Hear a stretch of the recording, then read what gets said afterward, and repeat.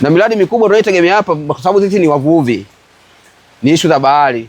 Tulikuwa tunataka tuweke makontena kwa ajili ya kutunzia samaki, lakini tunashindwa kwa sababu umeme haujafika. Kwa hiyo kufika kwa umeme sasa hivi tunajua kabisa kwamba sisi tutakuwa tumeboreka zaidi na biashara tutazifanya tu vizuri. Kwa hiyo niombe serikali kwenye jambo hili hapa wasirudi nyuma tena, wawe na nguvu zote ili watuletee umeme sisi watu wa Mnazi. Ni kweli umeme unakuja mengi, atatusaidia. Hatunywi maji baridi, vitu vyetu ndani vinaoza. Kama kuna aliyokuwa na marodio makubwa apigishi, bado yamekaa tu. Kwa hivyo sisi kweli tunahitaji umeme. Nashukuru takapotuletea huo umeme, sababu itakuwa mmetukwamua kwa mambo ya samaki. Muda mwingine maji amekufa, maji ya jioni, tukipata samaki hawakaangiki na maji. Kwa hiyo mkituletea huo umeme tutaweka kwenye mafriji, asubuhi tutakaanga. Kwa kweli tunafurahi huo mradi. Tutajitahidi kadri ya uwezo wetu kulinda hiyo fursa ambao wametugea, na tutashirikiana nao kwa kila jambo, na kama patatokea uhalifu wowote basi na sisi tutawajibika kwenye kuwajibisha hawa ambao wanafanya uhalifu.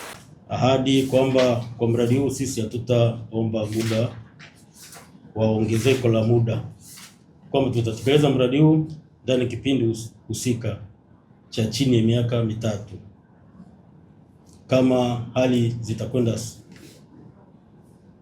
inavyotakiwa, kwamba kuna zile tunaita force majeure kwenye mkataba, kama zitatokea, lakini ni nadra sana kutokea huku, na tujawahi kupata hizo kwenye miradi yetu hiyo ambayo tumetekeleza.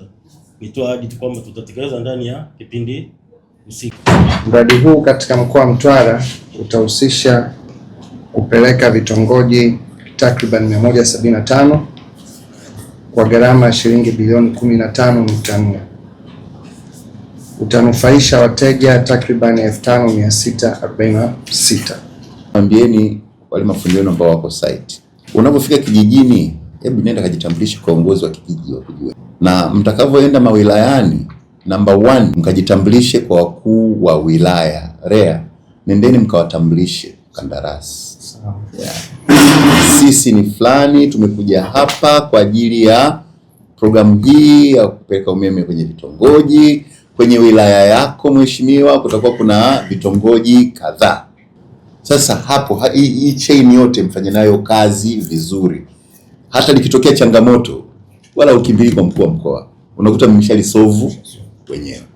Ulinzi na usalama wa miundombinu yenu inakuwa tayari iko mikononi mwao, kwa sababu mmewashirikisha. Kwa hiyo ombi langu kwenu, mwashirikishe viongozi wa ngazi zote.